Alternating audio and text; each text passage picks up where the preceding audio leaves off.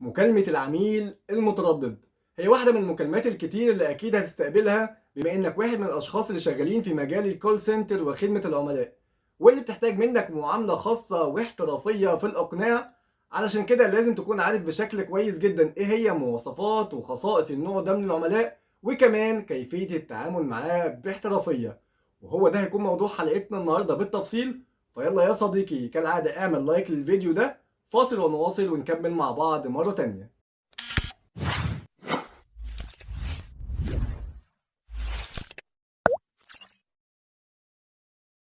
السلام عليكم ورحمة الله وبركاته، وأهلا وسهلا بحضراتكم مرة تانية معانا. كالعادة أنا معاكم عمرو رضوان، ودي قناتكم قناة رضوانيات. والنهاردة لقائنا الأسبوعي ولقاء جديد وحلقة جديدة مع حضراتكم هنتكلم فيها عن موضوع جديد يهم كل واحد شغال في مجال الكول سنتر وخدمة العملاء، أو حتى كمان عاوز يدخل المجال جديد. حلقة النهاردة هي حلقة جديدة بنضيفها لسلسلة الحلقات اللي ابتديناها مع بعض من فترة. السلسلة اللي بنتكلم فيها عن مختلف أنواع العملاء اللي حضرتك بتقابلهم في مجال الكول سنتر وخدمة العملاء، وكمان كيفية التعامل معاهم.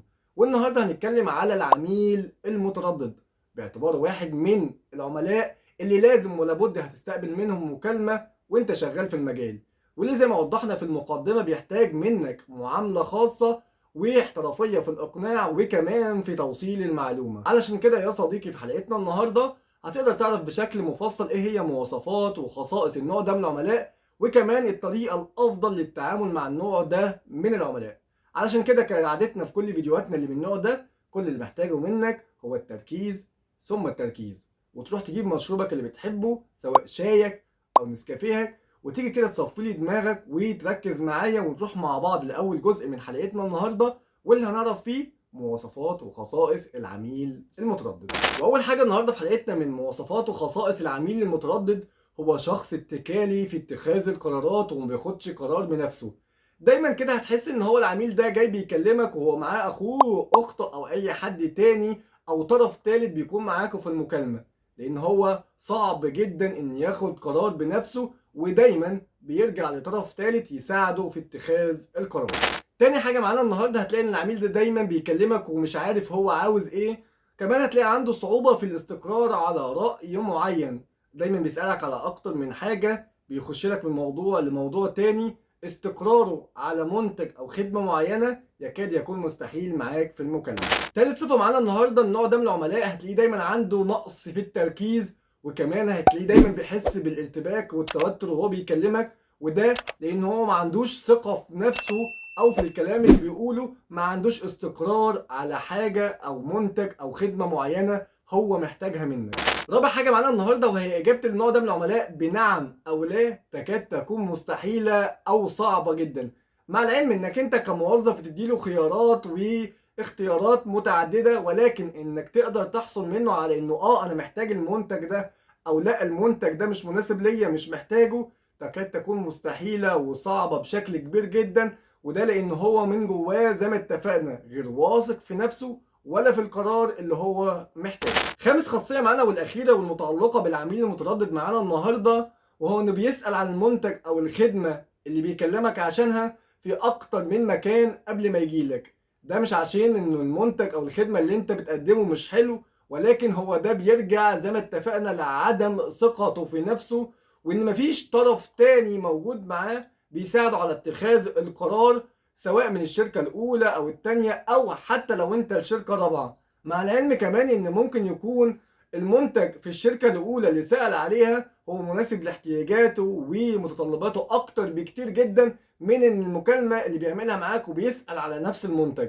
علشان كده بيكون عنده أسئلة لنفس الحاجة في أكتر من مكان، وما بيكونش عنده استقرار في النهاية حتى بعد ما بيكلمك ويعرف منك انت كمان تفاصيل عن نفس المنتج او الخدمة اللي انت بتقدمها. وبكده يا صديقي، بعد ما عرفنا سريعا اهم مواصفات وخصائص العميل المتردد واللي هتساعدك في بداية اي مكالمة انك تحدد النوع ده، كمان تعالى نروح مع بعض للجزء الثاني من حلقتنا النهاردة، واللي هقول لك فيه بقى على اهم وافضل طرق للتعامل مع النوع ده من العملاء عشان تطلع من المكالمة انت الكسبان، وفي نفس الوقت تساعد العميل بقدر الامكان.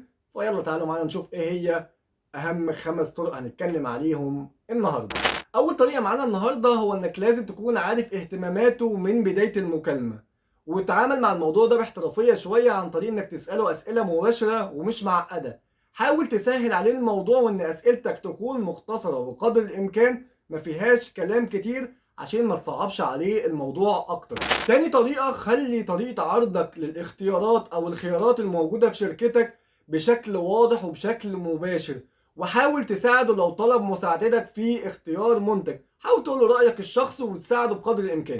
تالت طريقة معانا النهاردة وهي مهمة جدا، وهي إنك لازم تخلي العميل يشعر بثقته بنفسه، وكمان ما تعرضوش لأي نوع من أنواع الضغط، ولا تكون أنت السبب في توجيهه في اتجاه معين في اختيار منتج أو خدمة ممكن ما تكونش مناسبة لاحتياجاته. ولكن دورك هنا إنك توضح له المنتج أو الخدمة اللي موجودة عندك، وتقول له تفاصيله بشكل واضح ومفصل، وتساعده بقدر الامكان ان هو اللي يختار الحاجه اللي تناسب احتياجاته واهتماماته. رابع طريقه معانا وهي ان النوع ده من العملاء بيحتاج لشرح منطقي ومقنع. يعني ايه الكلام ده؟ يعني وانت بتشرح له استخدم طريقه خاصه معاه، ما ينفعش انك تستخدم نفس الطريقه اللي بتستخدمها مع باقي العملاء.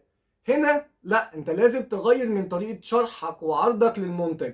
لو انت عندك تجربه ايجابيه للمنتج او الخدمه، سواء تجربه شخصيه او مع عميل تاني، يفضل انك بتقولها للعميل وانت بتشرح له المنتج، لان ده هيديله ثقة اكتر وهيقنعه اكتر بالمنتج اللي انت بتقدمه، فبالتالي هيكون عنده سهولة في الاختيار، وده هيساعدك بشكل كبير انت كمان كموظف. خامس طريقة معانا والاخيرة النهاردة وهي انك لازم تحاول انك تشارك العميل همومه واهتماماته وتحسسه بالاهتمام، وده هيخفف من عليه الضغط الكبير جدا في اتخاذ القرار.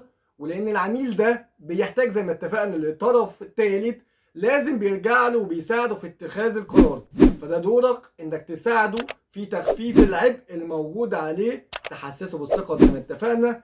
ودي كلها طرق في النهاية هتساعده ان ياخد القرار الصح، وهيساعده ان هو لا خلاص انا اخترت المنتج ده وهو خلاص بقى مناسب بالنسبة لي. فانت كده بتلبي احتياجاته، وكمان بتساعد نفسك انك تأثر وقت المكالمة وتكون حققت المطلوب منك في المكالمة. وبكده يكون سريعا وصلنا لخلاصة حلقتنا النهاردة، واللي كانت سريعة بشكل كبير جدا.